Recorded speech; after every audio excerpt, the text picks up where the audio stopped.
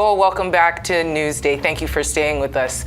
Well, it's time for some sports. Aaron Akerajola joins us now for an update on everything going on in the world of sports. Good afternoon to you. Good afternoon to you. But before we talk about the big bout, of course, they're calling it, this is fight weekend, as a matter of fact. Quite a lot of fights will be going down. But before we talk about that, let's talk about some exciting things that will be happening in Nigeria on the sporting scene. And let's tell you that Nigeria Super 8, an off-season football competition to rekindle affection for the domestic game, was on Wednesday unveiled in Lagos by organizers of the event. The competition's organizer, Fly Kite Productions, stated during the launch at the Marriott Hotel that the objective of Nigeria Super 8 was to build more enduring romance with the game domestically.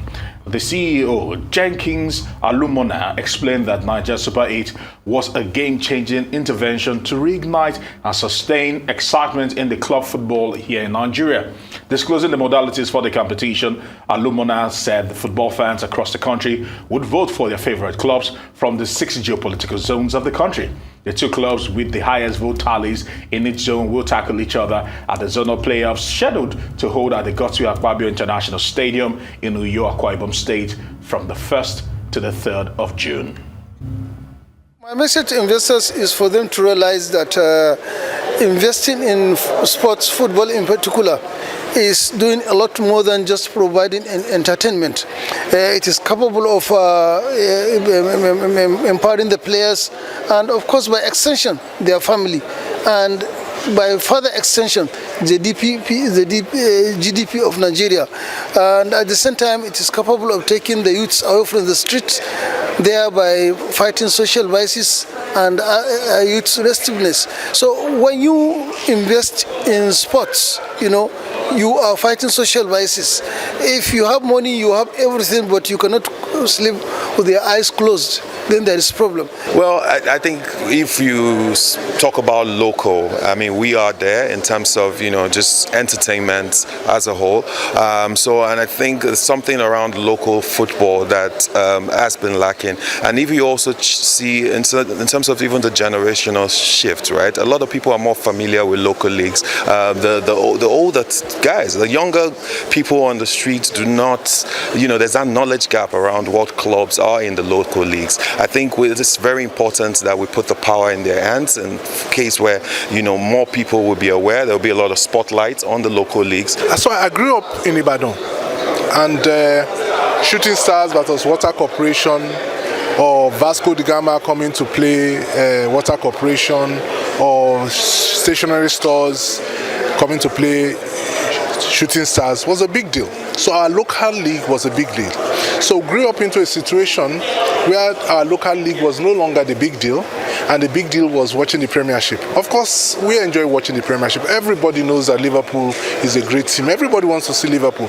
But in some parts of the world, in North Africa, for instance, people support Zamalek with the same passion which they support Liverpool because of Mohamed Salah. And we're saying, why can't it happen here? Why can't we continue to support Enyimba and support Rangers International and support Shooting Stars of Ibadan and support Bendel Insurance and support Plateau United and support Rivers United and still support those clubs that we love seeing in the Premiership? That is what we want to do. We want to bring the fans back. Meanwhile, the chairman of the interim management committee for the Nigeria Premier Football League, Honorable Benga Elegbeleye, stated yesterday that the country's domestic league was back on track with a balanced calendar. Elegbeleye, who stated this in Lagos during a mid-season report briefing with newsmen, stressed that the NPFL will end in May with a new season starting in August of 2023. The group managing director of GTI, Abubakar Lawal, as well as the project director of the Nigeria Football Trust Fund, Ine Nelson, and NPFL's head of operation, David C. Owumi, were also there, as stated in the event, that a lot is expected from the Nigeria Professional Football League this season. We told you that in the past referees were owed emoluments of 3 years more without being paid. Now we're not winning them. We are putting structures where referees will be paid even a day before they officiate. Referees will go to venues and the accommodations will be ready, paid by us. Referees will go to the stadium officiate without fear or being attacked by the hoodlums, because we are putting enough security check and again enough sanction for any hearing team. So those are the things that we are doing. And again, we brought a lot of transparency into the league. We brought more visibility into the league because we're now on television, and again we'll be more visible on other television platforms very soon. You are looking at today as if the property is weak. That's why we are here as GTI. We have prepared a fantastic structure that has been approved, that is tested, that is unique. It is the first in the world. I make bold to say that. And as we are going, it is clear to us that this is going to be one of the greatest investments of our time before our eyes. Remember, it's not just football, it's serious business. With our partnership with GTI, we've been able to stabilize the prompt payment of match indemnities, which was a cancer, okay, and was one of the low points of the league before today, okay. Thirdly, the welfare of players. You can see that for this mid-season, we had about 4 or 5 of our players that went abroad, like likes of Lokosa and the rest. They're all coming back now to play in the domestic league. And it has to do with the enhancement and the punctuality of payment of the players in the league today. I think that can be counted as a progress, okay? Okay. We also look at the fact that a lot of, about 5, 6 clubs are not playing in their traditional venues because their facilities are not up to standard. Now they are repairing those things. By next season, we are looking up to having about 20 solid playing infrastructures, you know, for the club size. I think that can also be counted as progress. Now to the big one this weekend. Anthony Joshua will head into Saturday's fight with Jermaine Franklin at the career heaviest. Joshua suffered his second consecutive defeat to Usyk in August of 2022, weighed in 255.4 pounds on Friday afternoon.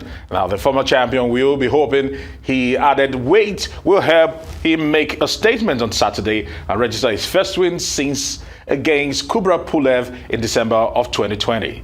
Meanwhile, Franklin has dropped 231 pounds from his defeat to Dillian White in November of 2022 and looked visibly leaner in the torso and face as he took to the stage. He tipped the scales at just over 234 pounds. Now, Franklin's weight loss provides a clear indication of his game plan heading into Saturday's bout.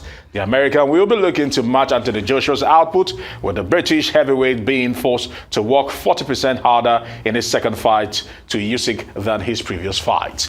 So this weekend, ladies, Nigeria's darling, Anthony. I hope I got his Olufemi.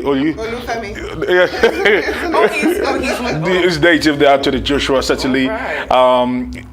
We'll be taken to the ring again, and he's going back to somewhere he's very familiar to. He's not fought at the O2 in a long time, but the O2 is home to him because that's where he defended his first heavyweight title. So that was back in the day, and he'll be hoping that this time around he'll be as fortunate as he was back in 2016 to be able to hold on to something, which is more mental than even physical, because right now he's just fighting for pride. I've been lost out to Alexander Usyk twice.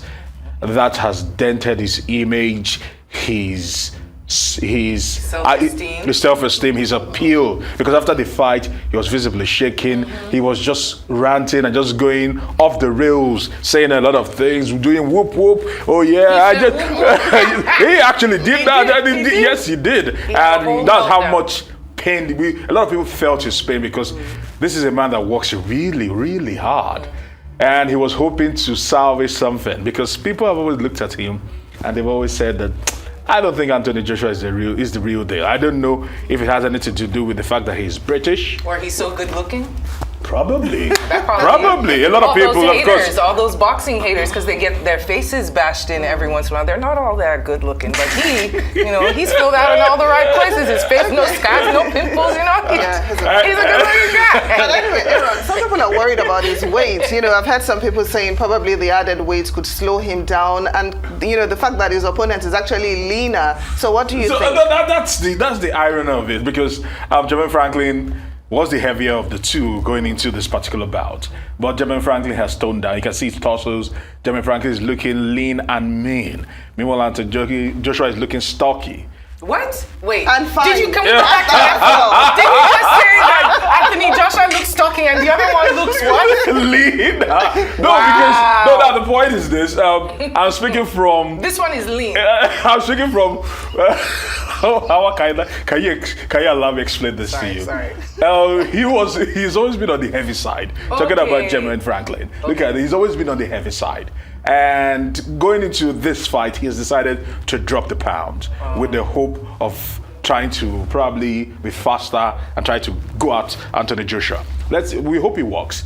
Tomorrow, a lot is expected at the O2, and I wish Anthony Joshua all the best. For the very first time, I'm not a big fan of him, but I know he can do this. He can bounce back, because I want to see Anthony Joshua and Tyson Fury square it out. We, his fans, are wishing him all the best. Aaron and yes. thank you so much for giving us the updates in sports.